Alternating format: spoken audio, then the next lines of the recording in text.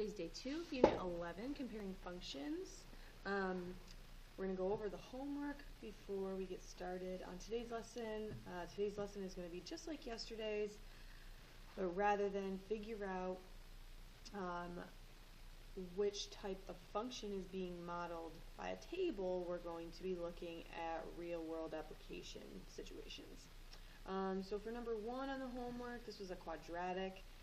If you tried to find a common difference or a common ratio, those wouldn't have worked, so you had to try the double difference, the second difference rather. Remember, once you figure out that it is a quadratic, you put it into y equals ax squared. Just choose a point. I choose 2, 2. I always try to choose a point that, number 1, shouldn't have any decimals.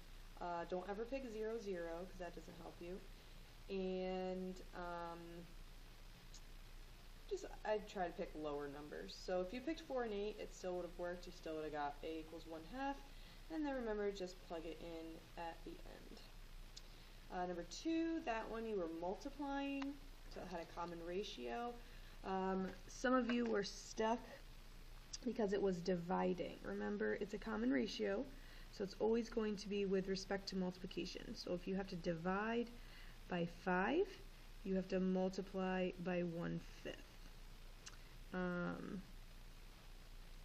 You also could have done 30 divided by, or 6 divided by 30, and you would have got 0.2.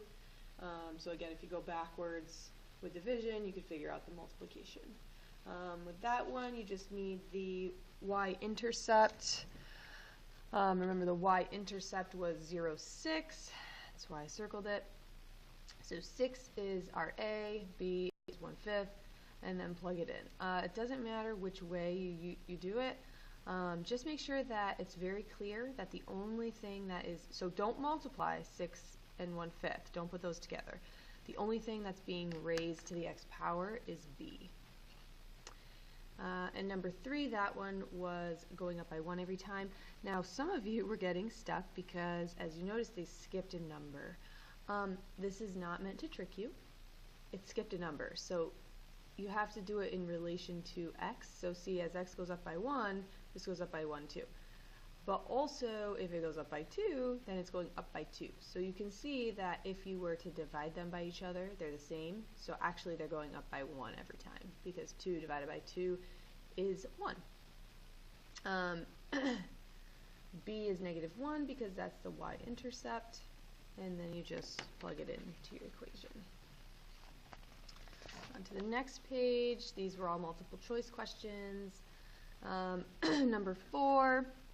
Pretty self-explanatory. You could just start them off. If it didn't work, go to the next one. You had to be adding, so if you had to multiply at all, then you could just cross it off. Remember, it has to be linear, goes with a common difference, so you have to be adding or subtracting. And for 5 and 6, I actually just plugged these into my calculator. Or if you just ask yourself, so if you do 25, I wouldn't use 0 for this one. Choose a different t. But if you plug them in too, so if you do 25 squared, that's not 15,625.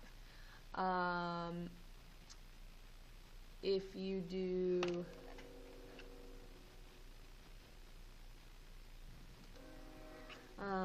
if you did 25 times 2, that's 50. That doesn't work.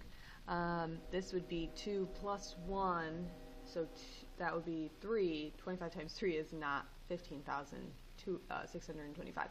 So if you just plug them in, plug the t values in to see which one would get you to the bottom answer, your f of t, that one was a very simple one. And lastly, number 6, same thing. You either could have put them in your calculator or do what I just did. The only thing, just make sure you can do all of them.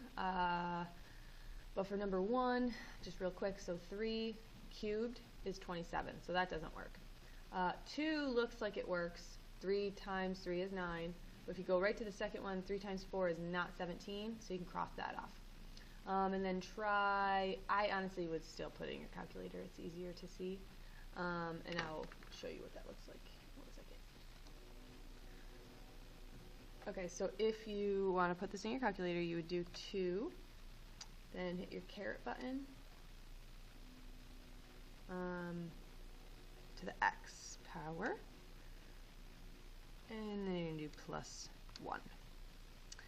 And then we don't need to graph it, we're just going to look at the table. Okay, so we're looking at 3, so when 3 is 9, or when x is 3, y is 9, that works. 4, 7, 675, 665. So that one is definitely it. So again, that's how you would put these into your calculator. Some of you have yours where your x goes right up to the top. Just make sure if you do that, make sure that the plus 1 goes on the bottom. Okay, so make sure you arrow out. Okay, so today we are going to talk about, again, choosing linear, quadratic, or exponential for modeled situation. So when I say modeled situation, that just means like a real word, like a word problem. Okay. So let's look at these. So you should have done these when you first got here. So the interest of money in your bank account compounded annually. So all that means is you're gaining interest once a year. Okay, so interest in your bank account. So if you are getting interest in your bank account, that would basically be like, it's going up like this. Okay, so you start out really low, and then you're going to have growth. The more money you have, the more interest you're going to have. So it's not going to be linear. It's definitely not quadratic, because it's never going to come back down again. It wouldn't start high and then go low and then go up. So there's no turnaround point. So that would definitely be exponential. You join a gym and pay a registration fee. So this is a one-time fee. And then you pay $25 per month.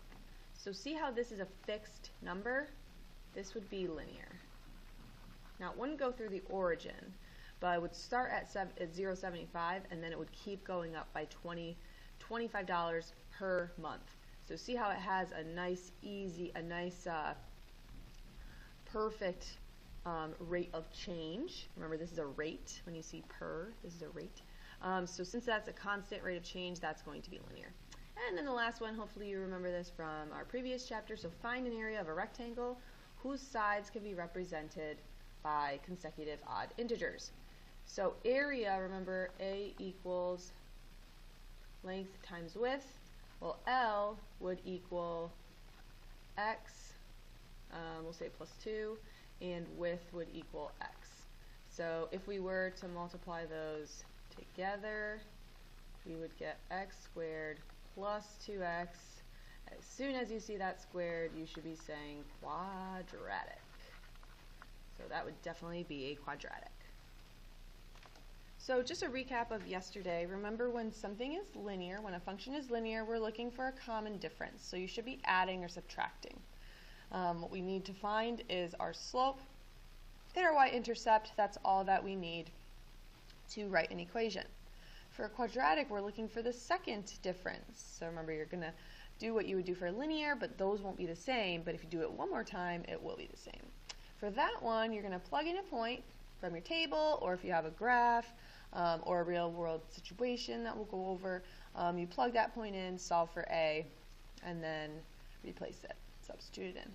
And lastly, for our exponential function, that would be if you have to multiply for your pattern, for the common ratio. Remember, A is always going to, this is basically your y-intercept, but the y value when x equals 0, and then your common ratio is B. So what we're going to do is we're going to solve these equations, and we're also going to say what type of function. So think to the region.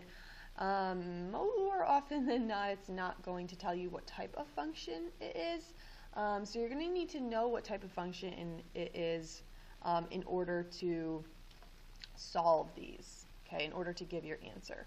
So Alex is selling tickets. An adult ticket costs $6.50, and a student ticket costs $4. He sells X adult tickets and 12 student tickets. So Nothing is doubling. If you think of collecting money, you're just going to be adding. So this is a great example of linear. All right, so it says to write the function, so we're going to write f of x equals. So he's selling adult tickets. So normally we would say, you know, adults would be x, and maybe the student tickets would be y. But they told us the number of student tickets. So for every x tickets, it costs $6.50. And we're going to add that to, because remember, we're trying to figure out how much money total.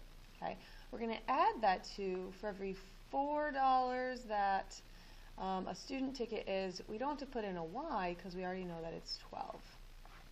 Okay, so then I always just like to clean it up just to make it the best answer. All right, don't leave it as 4 times 12, just add that in, and that's your final answer. That'd be a nice, easy 2-point question on the region. All right, the next one we're talking about area, and they didn't give us all of the length. So a landscaper is making a rectangular flower bed. We see area, so already I know that I'm going to have to do length times width, or remember base times height. However, they give you the words. Okay, so the width is half of the length, and the area is 34 square feet. So we want to write and solve, and it says to the nearest tenth of a foot. Okay, so first let's write down what the width equals and what the length equals. So the width is half of the length. So we can either write, we could write 2w and w, that we don't have to worry about fractions. Or you could write width equals 1/2 x. Sorry, I guess I should use x's. It's nicer. Didn't ask it. It didn't tell us to use a certain one, so you could use whichever one you want. But I'll leave it with x's just so it's easier. And the length would be x. Okay, so I'm going to use this one just so I don't have to worry about using any. Just so I don't have to worry about any fractions. Okay, so I'm going to multiply those together.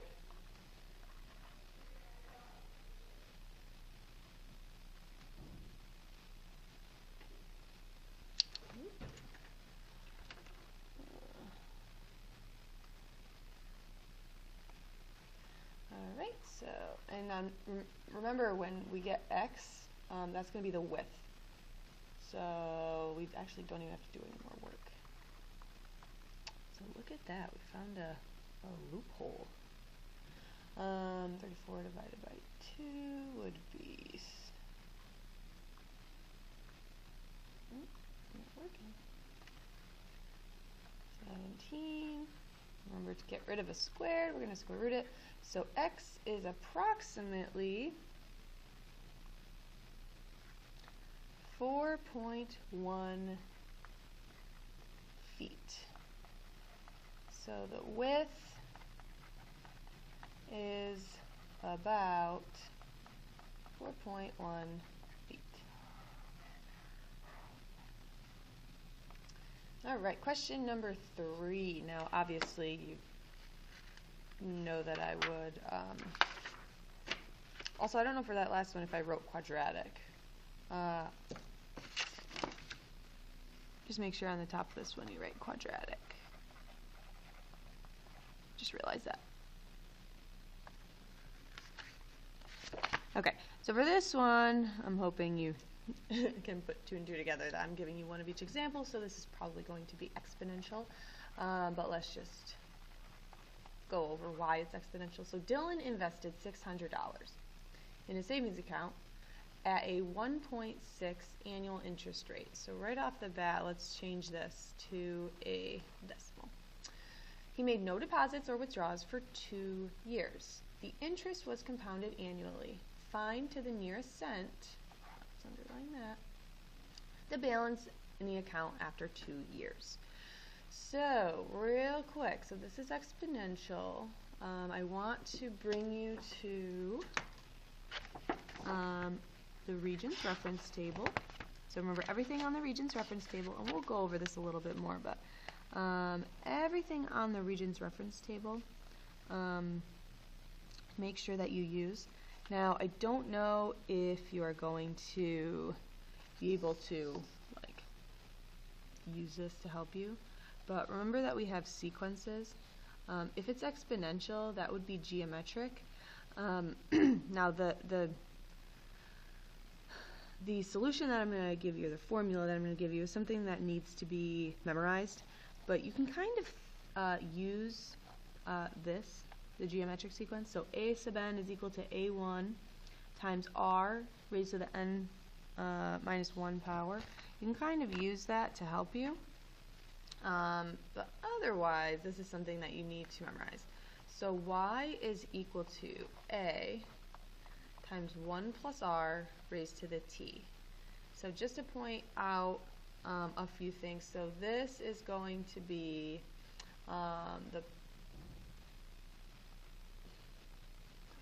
the principal, so like the original amount.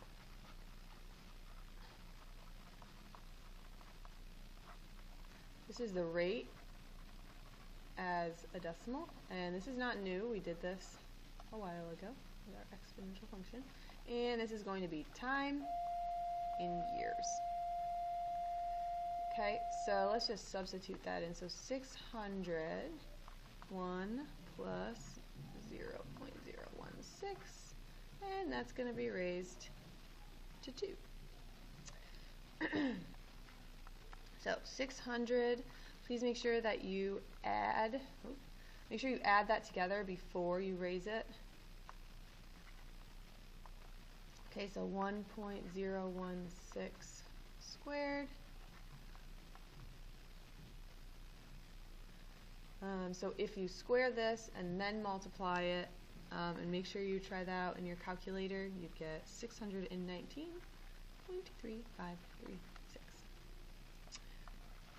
So my final answer is $619.35.